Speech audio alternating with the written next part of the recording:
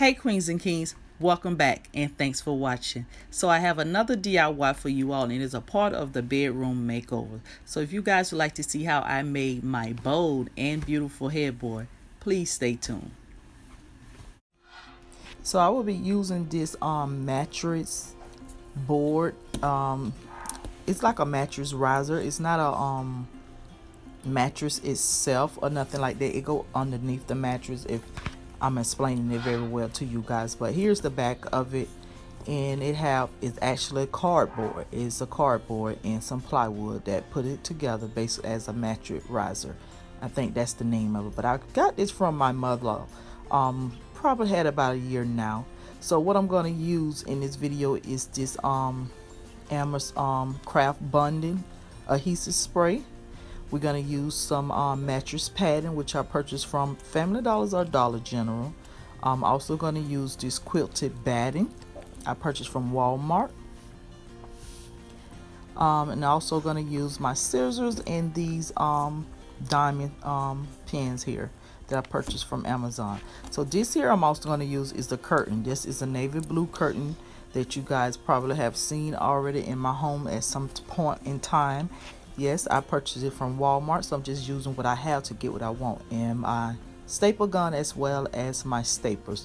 And I purchased both of these from Home Depot, as well as my glue gun and glue sticks. So now all we're gonna do doing here is just basically taking the padding out of the paper, and I'm laying it down to fit, just to make sure that it will cover the necessary areas that I need to be covered. So now I'm just going ahead and cut one of the mattress pad in half because it was real large. I think that was a full to a queen size. Now we have our special guest. Now I'm using my craft and bonding spray to actually stick the padding to the board. I had a brain fart for a moment there. Then I'm going to layer my next layer, which is my second layer, and I'm just going to basically repeat the steps that I did with the first layer, and that's just spraying the craft adhesive glue on there and placing the padding on top of it, which is here's the third layer, but I did use 4 layers in all.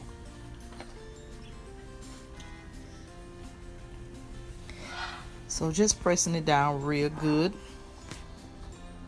Now we're going to go ahead and move on to our batting that our mattress pad is down, and I'm just covering the whole headboard itself with the batting so that it reach from the front to the back. Then I'm just going to go ahead and staple it down, staple it all the way down, so therefore it doesn't move. And the purpose of the bat is basically to keep the fabric in place and keep it smooth, have a smooth surface. So I just flipped it over and did the opposite side, and now I'm doing the other side, and that's all I'm doing, just putting enough staple down so therefore it don't move or anything like that. So I'm cutting off the excess of batting, which this is all your option, is up to you if you would like to do this or not, but I say do it because it's just unnecessary batting in the way. So this is the finished look of the batted all stapled down on the back. So now all I did here was just went ahead and placed the curtain over, which I wish I'd had steamed it before I did that, and I started lining up my buttons. As you can see, my crystal buttons there, and all I use is my 12-inch ruler and the crystals button. So all I'm doing is just making the buttons are 12 inches apart, as you can see, and using my finger to guide me down in the middle where the 6th inch mark meets. So I'm doing that for every row, which here is the second row. Now we're moving on to the third row, and we're going to do the same thing. And as you can see, that they are quite lining up pretty good, pretty neat. So I'm on a good roll here. So now that I have finished that part, I'm going to take my adhesive needles here, which I purchased at Walmart, I think for no more than $4 if I'm not mistaken. And I'm using my hair thread. Yes, hair thread, because I couldn't find no thread for to actually go through here. And then, like I said, I'm using most of the items that I already had in my home. So the only thing I really did purchase was the needle and the buttons, the crystal buttons, and the padding and the batting. So all I'm doing is just kneading and thread, just like you would do your hair or any other thing that you're gonna hand needle and thread yourself. So I'm actually gonna go down through the top of it, then I'm gonna come back up through close as possible through that same hole, but not exactly through the hole, because I needed it to make that tough look, as you can see right there. And then I'm gonna go back down underneath, so just for make sure that it's tight, it doesn't move or anything like that, just to continue to give me the depths that you see here. And now I made it down to the end of the first row, and all you see me doing now is just wrapping the thread around, just like how you would sew your hair. That's how I'm doing it.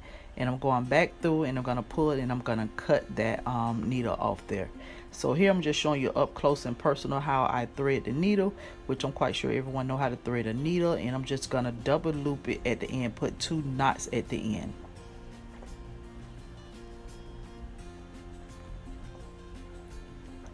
The second one I'm do off camera. So now I'm just going ahead down to the bottom here, because it was kind of hard trying to do it from the top where I started. And this is the finished look so far of me actually tufting. I will actually go in the back and pull it up tight, so therefore it can lay out smoother. So this is, I'm just showing you the back, how I look with all the thread and everything in the back. And I'm using some duct tape to actually, some clear duct tape to tape my screens down once I pull them real tight. And I'm gonna do that for every one. And I'm just checking to make sure that the tufting, the depth of it is still there or is even deeper, to give me that tufty look that I'm going for. So I'm just pulling real tight, and I'm just spreading the screens apart and placing some tape on each one to hold them down so that they don't move. And I'm checking again. So this is the finished look of me basically taping all the screens down, pulling them real tight and taping them down. And this is the front how I look with the tufted look. So all next I'm going to do is just go ahead and get my hot glue gun and my diamonds. And the reason I'm actually gluing the diamonds down, because they have like this needle point to them. It look like a push pin. That's what they look like, which that mean I got the wrong type, because I wouldn't have to do this step. But oh well, we're gonna make do what we have. So all I'm doing is just placing some hot glue up in the little holes there, and pushing the pins, the needles down in there, the diamond needles, to give me that bling that you see right there. And I'm doing the same thing here.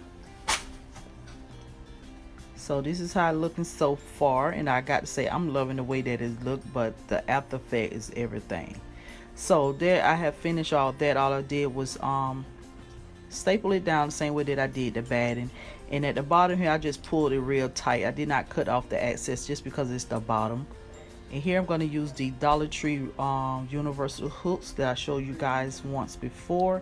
And by the back of this have that hook to it, I'm able to hang it up like this. So this is the finished product of how my headboard came out, and this is actually a king size headboard. I love the way that it look. I'm loving how it look in our bedroom, even with the revamped chandeliers that I did on the side of them. So I can't wait to show you guys the finished product of the whole room. But this is how I look up close, and don't you see that depth in there? Just look how deep and pretty that is. That's what I was going for, even though I am using a Walmart curtain. Yes, I'm using a curtain. So if you like this video, go ahead and please give me a big thumbs up. Bye.